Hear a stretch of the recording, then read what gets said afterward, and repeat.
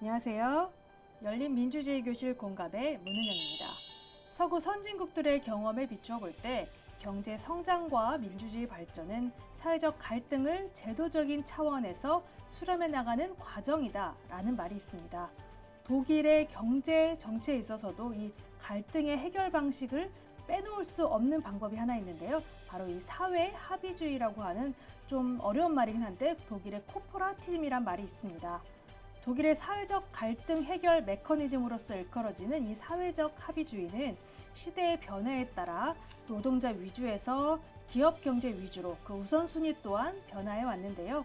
그럼에도 불구하고 공동결정제, 사회선거제, 이런 제도적 요인에 힘입어 여전히 잘 작동하고 있다고 합니다. 그래서 이번 시간은 이런 사회 갈등 문제를 효과적으로 조정하고 성공적으로 관리해온 독일의 사회 합의주의제라는 주제를 가지고 이야기해 보려고 합니다. 지난 시간에 이어 오늘도 독일 전문가 두 분 모시고 말씀 나눠보도록 하겠습니다. 교수님 안녕하세요. 안녕하세요. 안녕하세요. 네. 네.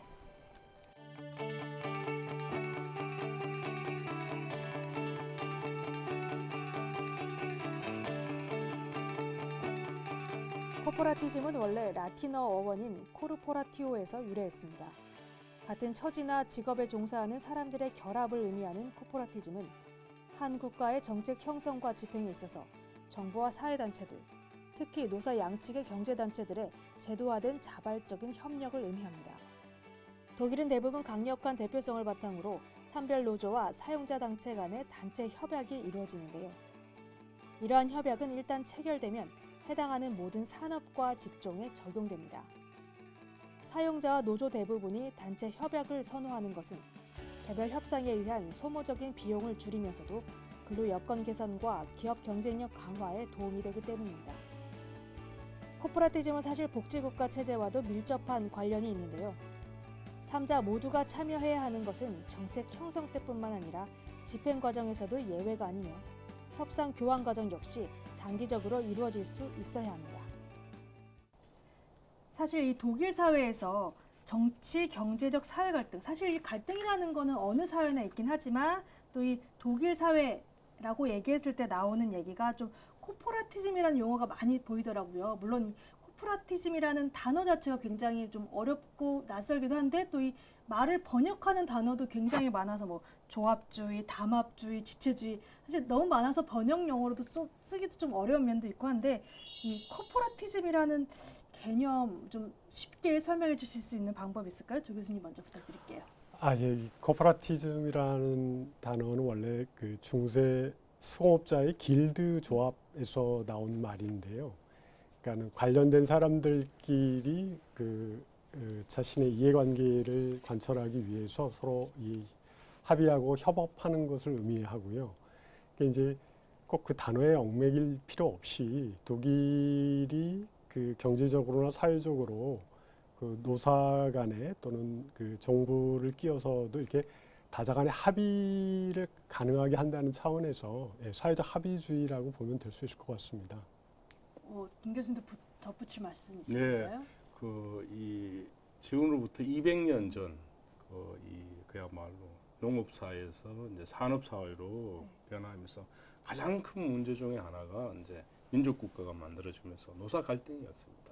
그래서 이제 그전에는 이제 본권, 왕권에 있던 나라에서 이제 이 기업주들이 부르주아지를 포함한 이 기업가들이 힘이 생기고 정치에 입문하게 되고 노동자들은 노동조합을 통해서 이제 또 정치적 힘을 하면서 그야말로 갈등의 관계를 갖고 그걸 가장 또 첨예하게 썼던 책이 칼막스의 자본론이기도 하고 이래서 1차 세계대전, 2차 세계대전 이 독일에 둘러싼 유럽을 둘러싼 수없는 갈등의 문제들을 각기 다른 방식으로 해결해 가려고 그랬죠. 그래서 한쪽은 이 파시즘이라는 형태로 갈등을 해결해 가려고 하나는 공산주의라는 이런 방식으로 그 중간에 오늘날 독일의 방식이 있었는데 결과적으로 사회적 노사를 포함한 사회적 제2의 관계들의 갈등을 어떻게 합리적으로 잘 풀어갈 수 있을까 그 하나의 방식으로 코퍼라티즘이 나왔고 그 더 중요한 개념이 사회적 시장 경제라는 게 나오게 된 겁니다. 그러면 말씀해 주신 대로 여러 가지 갈등 중에 좀 경제적인 관점에서 노측, 그다음에 사측 그 갈등 관계 중에 이제 국가가 조금 개입하게 되면서 이제 갈등 조절하는 여러 가지 단계가 있을 텐데 그 말씀해주신 대로 사회적 시장 경제에 대해서 조금 더 구체적으로 설명 김 교수님 좀 부탁드릴게요. 그 이제 사회적 시장 경제는 그 1차 세계 대전이 끝나고 이제 그야말로 방임적 자윤주의, 그다음에 이제 소련의 혁명이 성공하고 나서 계획 경제를 보면서 그 프라이부르크 학파라는 오이켄을 포함한 이 학자들이 그야말로 새로운 시장 경제를 한번 만들어 보자. 그래서 학자들이 모여서 연구를 하기 시작했고, 그다음에 이제 2차 세계 대전이 끝나고 바로 이제 이 독일 정부가 이걸 이제 받아들이게 됩니다. 그게 이제 루드비 에르하트라는 이제 초대 경제부 장관이자 이제 그 2대 총리를 한 분이, 이분이 이제 어떤 그 경제 계획을 이제 하게 되면서 한쪽에서는 이제 시장 경제의 질서를 유지하면서 경쟁을 하되, 다른 하나는 이제 그 가시를 이제 사회보장제도라는 거를 만들어서 그야말로 국민이 골고루 이제 혜택을 받는 그런 제도를 세계 처음으로 독일이라는 나라가 만들었는데, 이 합의된 게 바로 코퍼레티즘이라는 사회적 합의를 이제 같이 했던 거죠. 그 굉장히 중요한 요인 중에 하나가 1959년 이 바로 그 밭 고데스베르그에서 이제 밭 고데스베르그라는 강령이 만들어집니다. 당시 3인당은 뭐를 주장하고 있었느냐면, 우리는 노동자의 나라를 만들고 계급 투쟁을 하겠다 했는데, 빌리 브란트를 중심으로 젊은 30대 정치인들이 그야말로 사회적 시장 경제를 우리의 가치로 받아들이게 되는 겁니다. 그래서 독일의 주요 국민 정당들이 그야말로 이제 합의를 할 수 있고 타협을 할 수 있고, 더 큰 국가적 가치를 이 코퍼레티즘, 또 사회적 시장 경제, 나중에 또 설명을 드리겠지만 경제민주주의라는 이런 걸 통해서 그야말로 세계에서 노조가 강한데도 불구하고 가장 그야말로 스트라이크가 없는, 노사 투쟁이 없는, 노사가 서로 인정하고 또 국가가 거기에서 보증을 해주는 이런 시스템을 만들었습니다.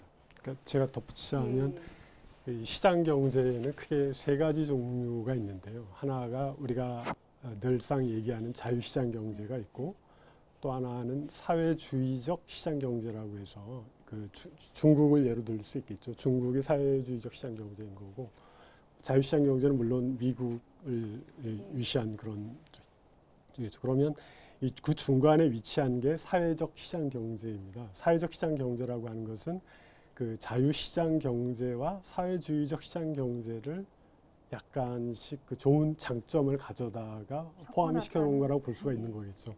사회적 시장 경제를 하고 있는 국가가 유럽의 선진국 대부분의 국가들이 사회적 시장 경제를 하고 있는 거거든요. 그러니까 자유시장 경제의 장점을 최대한 그 수용하면서 거기에 덧붙여서 자유시장 경제에서 나타나는 문제점들, 예를 들어서 경쟁에서 그 뒤지거나 그 낙오된 사람들을 위한 어떤 복지 시스템을 강화한다든가, 그러니까 그 사회적 교정 장치를 가진 자유시장 경제가 곧 사회적 시장 경제라고 할 수 있겠죠.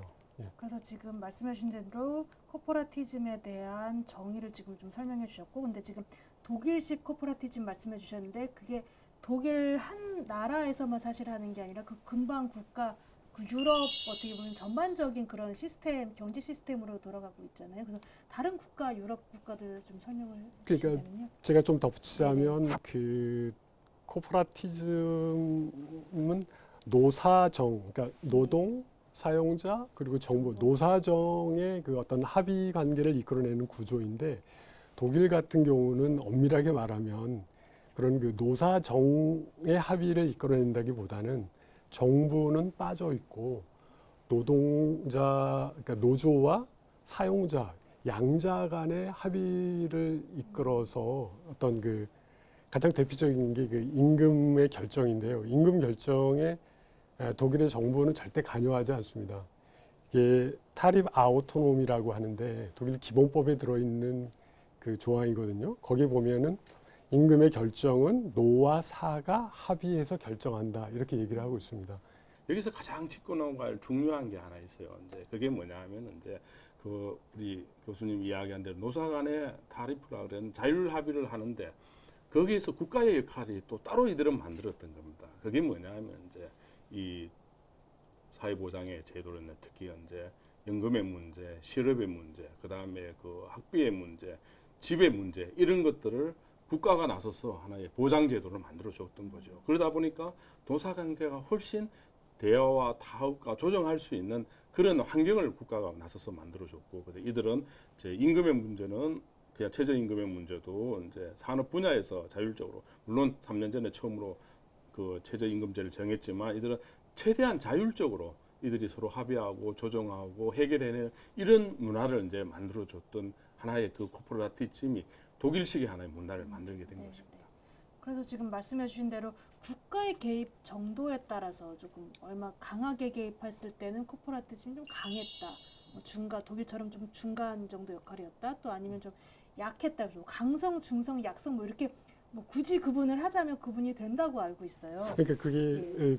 북유럽은 강성인 거고요. 네. 그쪽은 노동당이 강세이기 네. 때문에 3인당과 노동당이 강세이기 때문에 강성인 거고, 그리고 독일이나 네덜란드 이쪽이 약간 프랑스 이쪽이 중성이라고 할 수 있고요. 그리고 이태리나 스페인 이런 데가 가장 크게 약한 편입니다. 그래서 왜냐하면 지금 노란 조끼 시위랑 그 그렇죠. 강렬한 파업 이렇게 이루어지는 예, 예. 프랑스랑 이탈리아의 특징이 이런 사회 경제적 구조에서 그렇다고도 문화에서 볼 수 나온다고. 있겠죠. 예.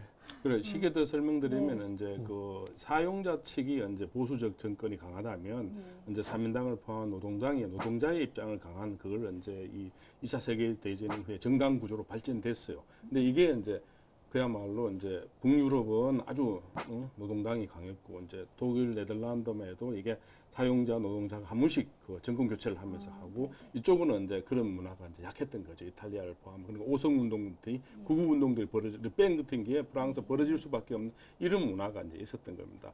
그 중에서 제가 가장 중요한 부분 중에 하나가 이제 독일 경우는 그 이러한 그 독일의 노사 관계의 이 문제의 해결을 어쨌든 독일 자기네들의 모델을 만들어 갔던 겁니다. 이렇게 말씀해주신 대로 독일이 만들어갔던 그 문화가 하루아침에 만들어진 것 같지 않고 어떻게 보면 이랬던 사회 합의주의도 뭐 지금 현재 딱 나타난 게 아니라 역사적인 발전 순서, 뭐 변천 순서가 좀 있었을 것 같아요. 그 아무래도 독일이 바이마르 공화국, 1차 세계대전, 바이마르 공화국, 이제 뭐 나치 2차 세계대전 그렇게 이어가는 과정에 그럼 그 독일만의 사회 합의주의 발전 단계에 대한 설명을 조금 해주시겠어요? 그러니까 그 잘 알 수가 없는데요. 저도 그게 개인적으로 상당히 궁금한 일인데, 어떻게 독일에서는 그렇게 200년 전에, 바이마르 공화국은 벌써 200년 전이 아닙니까? 200년 전에 노사가 함께 한다는 그런 생각을 할 수 있었는지 잘 이해가 안 가요. 그럼에도 미스테리인가요, 예, 그럼? 그럼에도 불구하고 바이마르 공화국의 그 헌법에 이미 노사가 합의해서 결정한다는 그런 구조를 제가 이 책을 읽다 본 적이 있거든요. 그 말은 그만큼 그 노동자 측과 사용자 측이 대등한 관계에서 이렇게 그 서로 작용을 하기 때문에 그런 게 아닌가 싶습니다.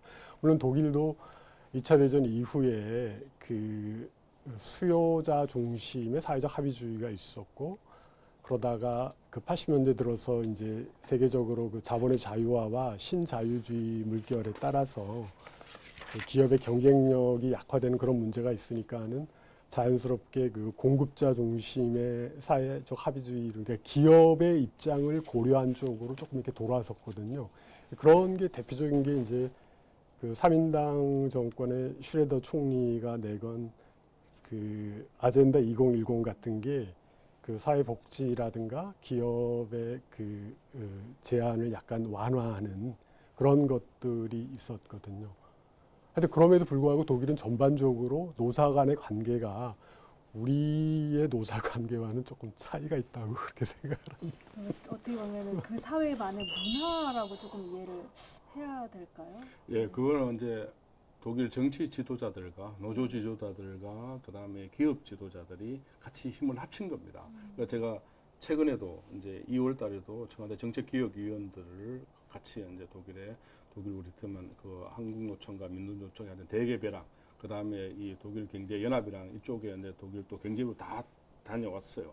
다녀왔는데 이제 이들은 2차 세계 대전 이후에 가장 중요한 두 가지 또 가치를 여기서 실현시켜내고 있는데, 하나는 뭐냐면 이제 이 보충성입니다. 보충성. 좀 부족하고 모자라면 그 더불어 살아가는 그 최고의 개념이 이제 사회적 시장 경제인데, 루드비 헤르하트가 내건 가치가 뭐냐면 모두가 잘 사는 사회를 내걸었던 겁니다.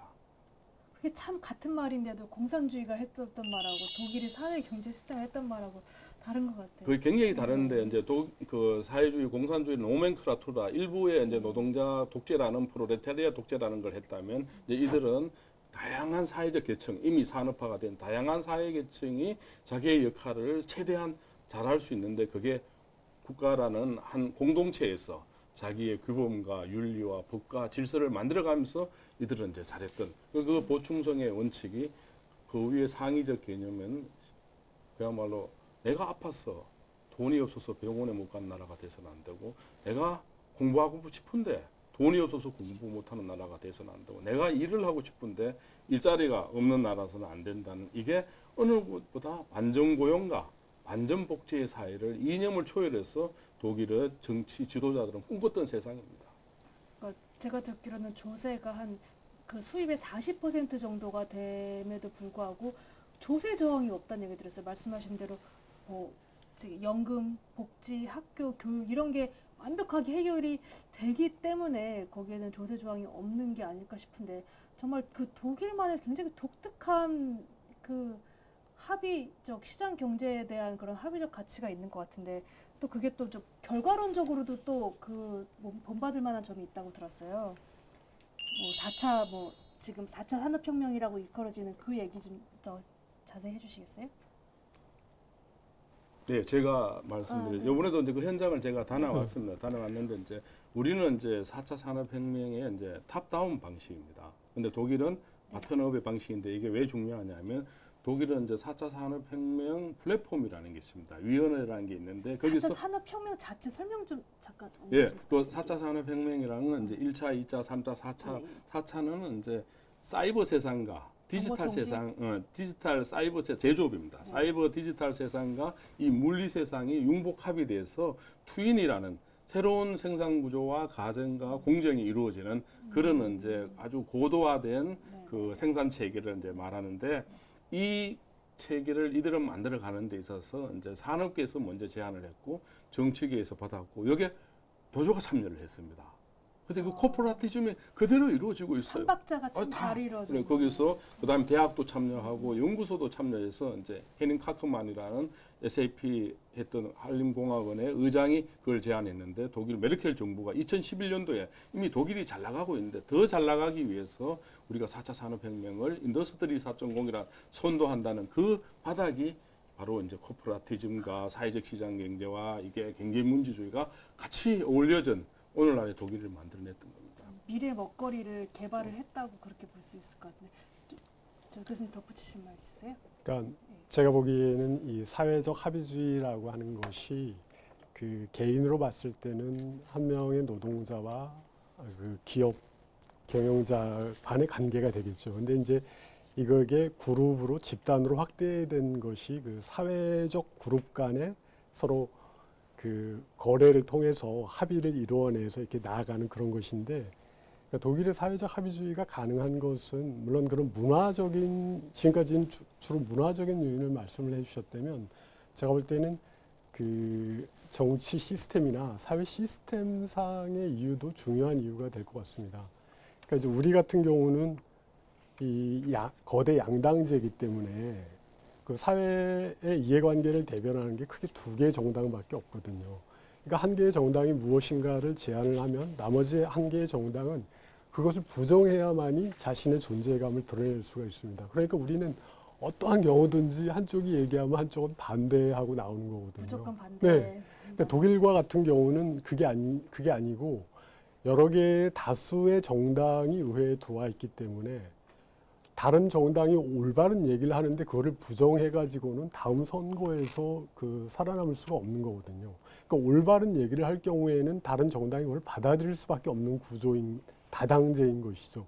그렇기 때문에 전반적으로 그 정치권에서부터 서로가 합의를 할 수밖에 없게끔 시스템이 되어 있기 때문에 그러한 문화가 자연적으로 기업과 또는 노조와 이게 다 관련해서 서로가 이해관계를 꺼내놓고 허심탄회하게 얘기를 해서 서로 주고받고 할 수밖에 없는 겁니다. 우리 같은 경우는 그 거래를 한다 그러면은 그걸 굉장히 나쁘게 보는 경향이 있는데 어차피 사회적 이해관계는 서로가 다를 수밖에 없습니다. 자기가 어떠한 그 사회적 그룹에 속해 있냐에 따라서 다른 이해관계를 가질 수밖에 없거든요. 그러면 무조건 그 자신의 이익만 주장을 해가지고는 전혀 나아갈 수가 없는 것이죠.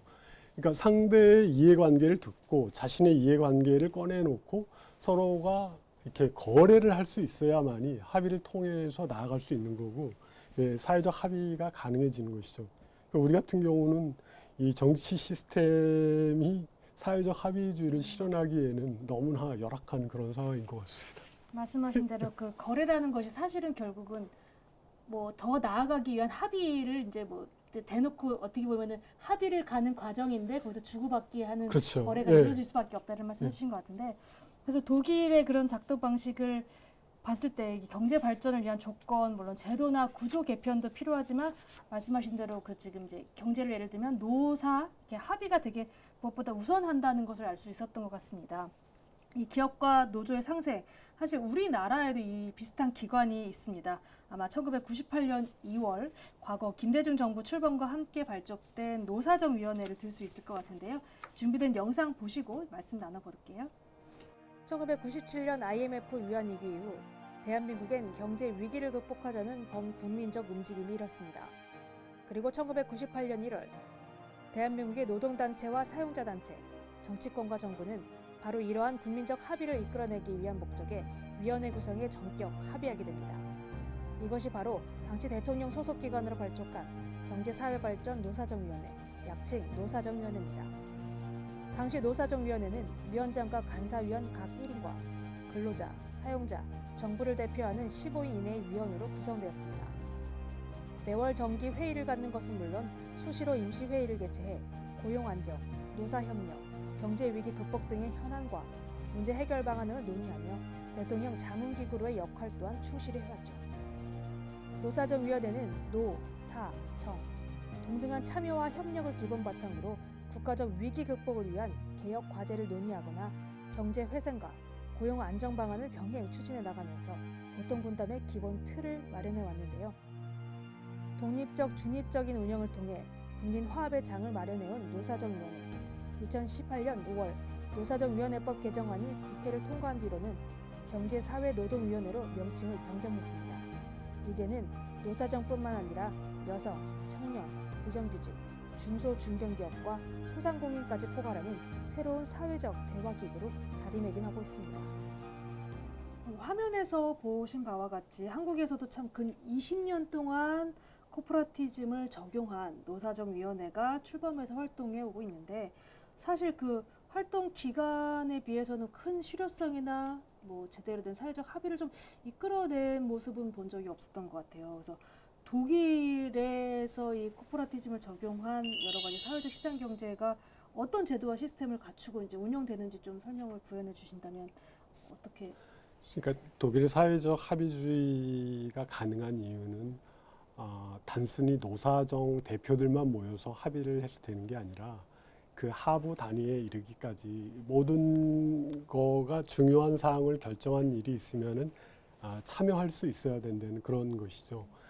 그러니까 제가 그 분석한 논문에 의하면은 그 독일의 사회적 합의주의를 가능케 하는 그 제도적 요건을 한 3가지 정도를 말씀드릴 수가 있을 것 같은데, 하나는 그 기업에서의 공동 결정제입니다. 공동 결정제라고 하는 것은 기업의 중요한 의사 결정 사항을 경영진이 단독으로 결정하는 게 아니라 그 경영이사회에 경영진과 동일한 숫자의 노동자 대표들이 참석을 해서 같이 합의를 해서 결정을 한다는 거죠. 예를 들어서 구조조정을 한다든가 무슨 M&A를 한다든가 한 일이 있으면은 일방적으로 하는 게 아니라 노사가 합의를 통해서 한다는 그런 것입니다.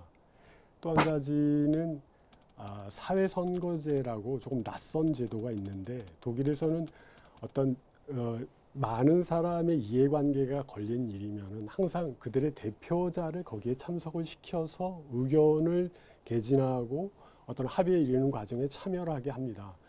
그러니까 의료보험 시스템이라든가 연금보험 시스템 같은 경우에 그 수많은 사람이 거기 이해 당사자가 되는데 자신의 이해를 대변할 사람을 거기에 파견한 거죠. 그러니까 선거를 통해서 선출을 해서 파견을 한 그런 것이죠. 이런 게 기업과 사회에서 그렇다면 정치권에서는 비례대표제 선거제도를 실시하기 때문에 우리처럼 그 거대 양당만 그 의회에 들어가는 게 아니라 소수 의견들도 충분히 의회에 들어갈 수 있도록 그 다양한 의견을 수렴하고 있는 거죠. 그래서 공동 결정제 그리고 사회 선거제 그리고 비례대표제 같은 이러한 시스템들이 독일의 그 사회 합의주의를 이끌어내는 하나의 어떤 제도적 요건이라고 생각을 합니다. 어떻게 정치적 대표자를 뽑는 공직선거 말고 말씀하신 대로 사회선거제라는 제도는 되게 저는 처음 들어본 제도거든요. 조금 더 부연 예. 설명. 이게 사회보장제도의 대표자들을 이해관계자들이 그 자기 후보를 냅니다. 그럼 그 이해관계자들이 다 선거를 해요. 6년마다 한 번 선거를 하는데 전체 800만 아니면 뭐 1000만 그러면 선거 투표율이 많을 때는 40% 적을 때는 이제 한 25% 정도에서 한 30명의 대표자를 뽑습니다. 근데 그 사회보장제도의 수혜자들은 일반 국민. 그 일반 국민들이 다 일반 유권자들. 국민이 유권자들이죠. 선거에 참여. 예. 네. 근데 이들이 이제 투표권을 가지고 이제 예를 들어 노조 대표, 아니면 경영자 대표, 종교 대표 이런 식으로 이제 이 독일식의 코퍼라티즘, 이 사회적 시장 경제의 그 축을 만들고 있습니다. 직접 결정하네요. 일반 예. 선거. 그러면 이들이 이제 가서 그 자율 경영을 하게 돼 있습니다. 그러면 이제 우리 같은 그 이 연금공단 아니면 의료보험공단에 이들이 대표 가서 하나의 의회를 형성하는 거죠. 그러면 거기서 이제 그 얼마를 올릴 거라든지 아니면 어떤 혜택을 줄 거든지 이렇게 민주적으로 이제 결정하고 심지어는 이제 방송도 우리는 방송도 이제 정치적으로 결정을 해버립니다. 이제 KBS 이사 뭐 이 그 집권당이 몇 명 아니면 뭐 야당이 몇 명 하는데 여기서는 마찬가지로 이제 그 이 한 60개의 그 대표들을 구성합니다. 그러면 이제 학생 대표, 종교 대표, 정당 대표 이렇게 해서 여기서 정치적 편향성이 없이 그야말로 이제 국민의 대표로 구성할 수 있도록 이런 식으로 이제 이 독일 사회가 아주 그 탄탄하게 밑바닥을 가고 있는 겁니다. 참 여러 가지 선거가 이루어지고 있는데. 그러니까 정치에서만 선거를 예. 한다고 생각을 하기 때문에 예, 그런 생각을 예, 하는데 그와 유사한 사례를 굳이 우리 사회에서 꼽는다면 네. 예를 들어서 농협조합장 선거 같은 경우가 그와 유사한 사례라고 볼 수 있겠죠. 그러니까 그건 정치가 아니지만은 그러니까 그 농민의 이해관계를 대변하는 그 사람을 직접 농민이 뽑아서 보내는 거기 때문에 조금 차이는 있습니다. 맞는데 이제 선거 틀이란 맞는데 여기는 이제 하나 의회를 형성하는 겁니다.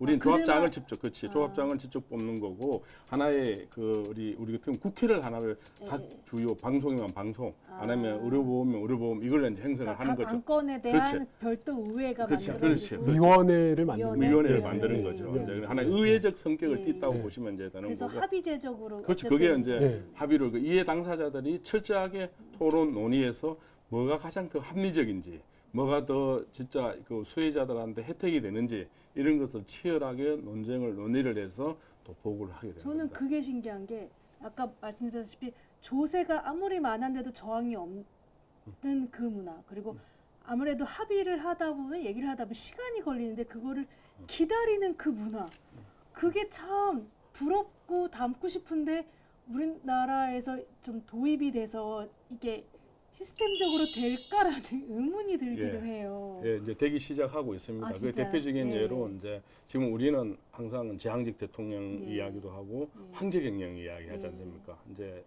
그야말로 재벌의 그야말로 오너가 하면 전부 다 따라와. 그래서 또 일부 이렇게 발전한 측면도 있죠. 그렇지만 또 한편에서 그 수많은 실패를 누가 책임져야 됐습니까? 예. 임직원과 국민의 세금으로.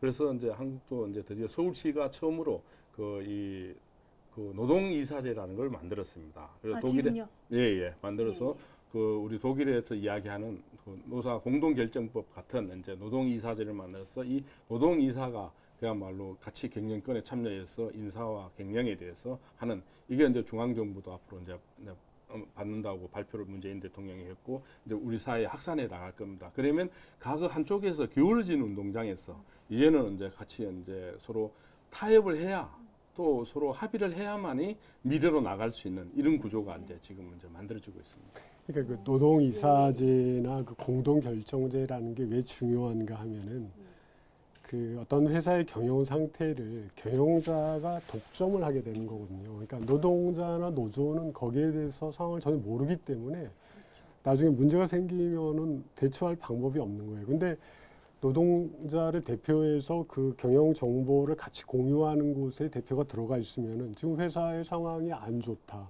우리가 정말 구조조정이라도 해서 이 난관을 극복하는 이런 상황을 알 수가 있다는 거죠. 독일은 이미 그렇게 하고 있는데 우리는 이번에 이제 그 서울시의 공공기관에서 처음 도입해서 시행을 하고 있는 그런 거고요.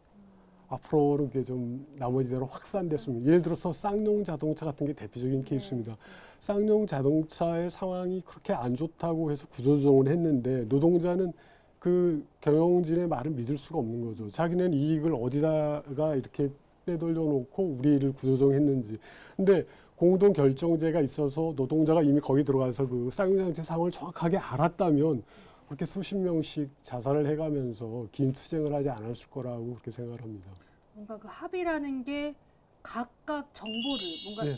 공유하기 때문에 가능한 좀 그런 분화가 네. 나오지 않을까 싶어요. 거기에 제가 하나 더 지금 왜 노동 그 독일에서 이제 노조 가입률이 우리보다 훨씬 높습니다.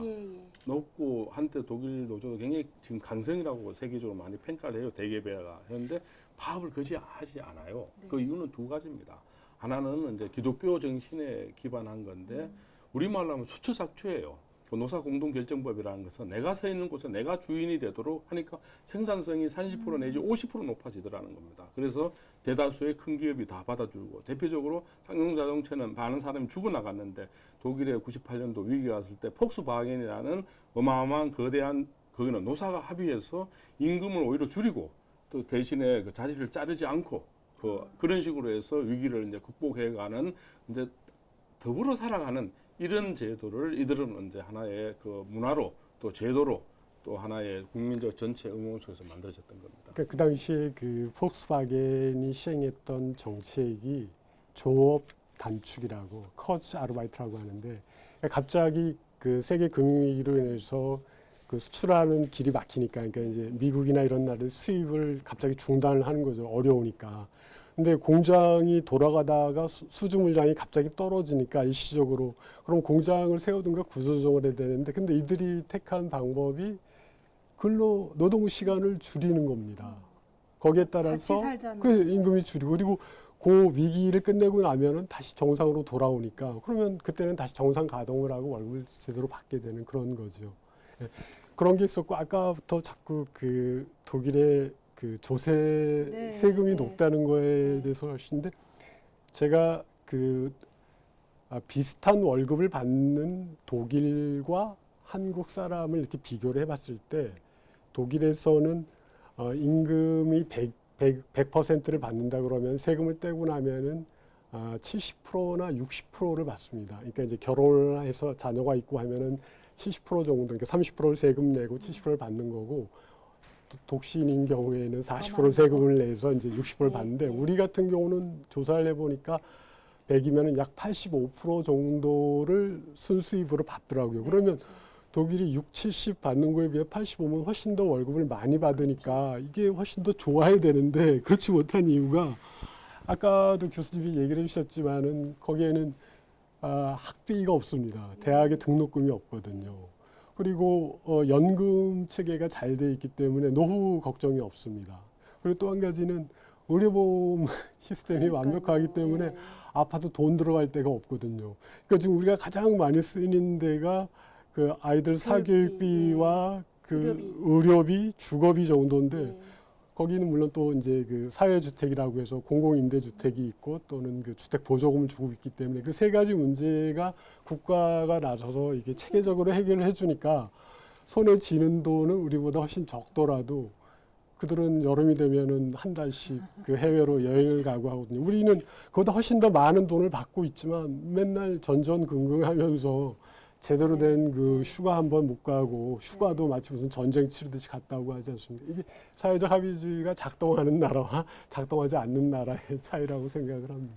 하나만 더 맞습니다. 말씀드리면 이제 그 서울시의 노동이사제가 이제 네. 시작됐고 또 하나는 이제 한국형 또 그 합의 모델로 강주형 모델이 시작됐습니다. 네. 강주에서 이제 지금은 이제 그 현대 기아가 받는 월급이 그 독일보다 더 자동차 공장보다 더 많이 받습니다. 아, 예. 이래서는 이제 그 이 미래 경쟁력이 없고 지금 자동차 산업 위기로 가다 보니까 이제 강주시와 그다음에 그 기아의 그 자동차와 그다음에 거기에 있는 시민들이 합의를 해서 강주 모델이라는 걸 만들었습니다. 아까 복스바겐 모델 같이 그렇게 해서 월급은 4천만 원부터 이제 시작하되 이쪽에 9,500만 원을 받지만 이제 다른 이제 좀 사회 보장을 하고 공장을 그야말로 전부 다 해외로 이전하는 게 아니고 이제 그야말로 우리도 국내에서. 20년 만에 처음으로 대기업이 한국에 이제 공장을 짓는 이제 이러한 한국식 모형들이 많이 만들어지고 이게 이제 강주형 모형이 아니라 구미형 일자리 모델도 만들어지고 울산형 일자리도 만들어지고 그래서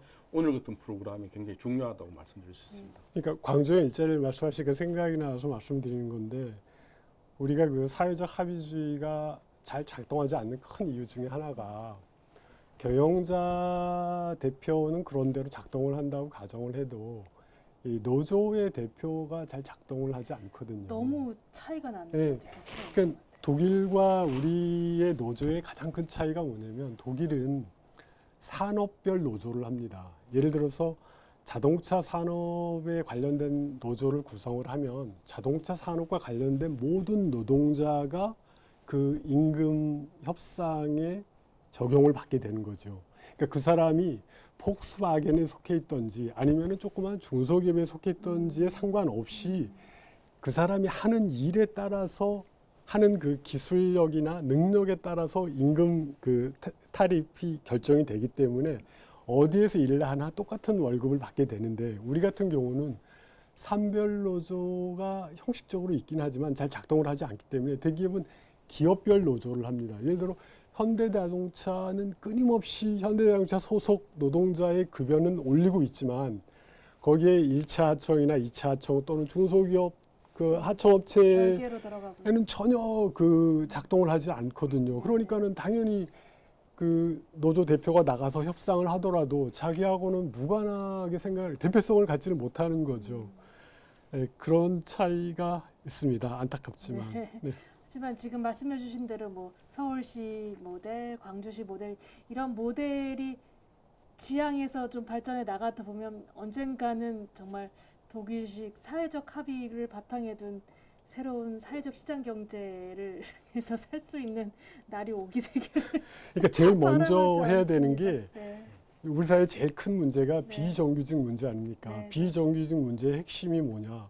같은 일을 하는데도 임금을 다른- 차별적으로 네. 받는 거죠.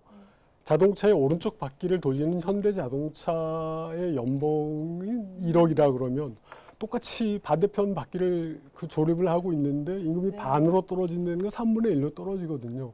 이거를 보고 아무런 생각이 없다면은 정말 문제. 이 문제를 해결하지 않고는 우리 사회의 사회적 합의주의나 이 비정규직 문제는 해결할 수 없다고 생각합니다. 그러면 이제 한마디로 정리해 주신다면 그런 문제를 해결하기 위한 독일식 사례를 계속 이제 롤모델로 설명을 하고 있는데 그 가장 독일식 롤모델을 한마디로 요약하자면 한 말씀 마지막으로 이렇게 부탁드릴게요.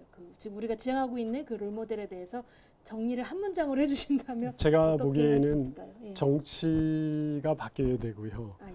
정치 시스템이 바뀌어야만이 그러한 문제를 해결할 수 있는 그 요건이 갖춰진다고 생각을 합니다. 정치가 네. 바뀌어야 된다. 예. 네, 네, 교수님. 우리도 이제 3만 불까지 올라왔어요. 아, 예. 참 엄청난 기적을 만든 나라입니다. 맞습니다. 가장 중요한 게 이제 더불어 살아가는 겁니다.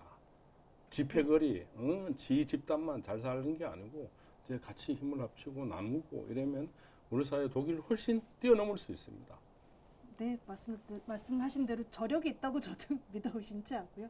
오늘 그 여러 가지 우리 사회 지금 시장 경제에 대한 진단 그리고 또 우리 시장 경제 진단뿐만 아니라 개선 방안을 좀 독일식 모델을 통해서 설명을 좀 깊게 나눠 주시지 않았나 싶습니다. 오늘 두 분 전문가 모시고 깊은 말씀 나누셔서 감사합니다. 네, 고맙습니다.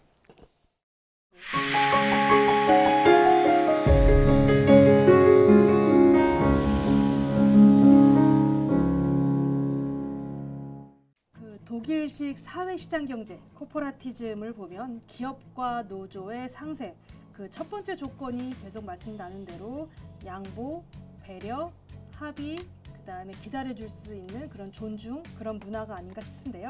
상대를 무조건 적으로 대하는 것이 아니라 우리는 이해관계가 서로 다르기 때문에 대립할 수밖에 없다는 그 다름을 인정하는 그런 자세부터 좀 출발하는 게 아닌가 싶습니다.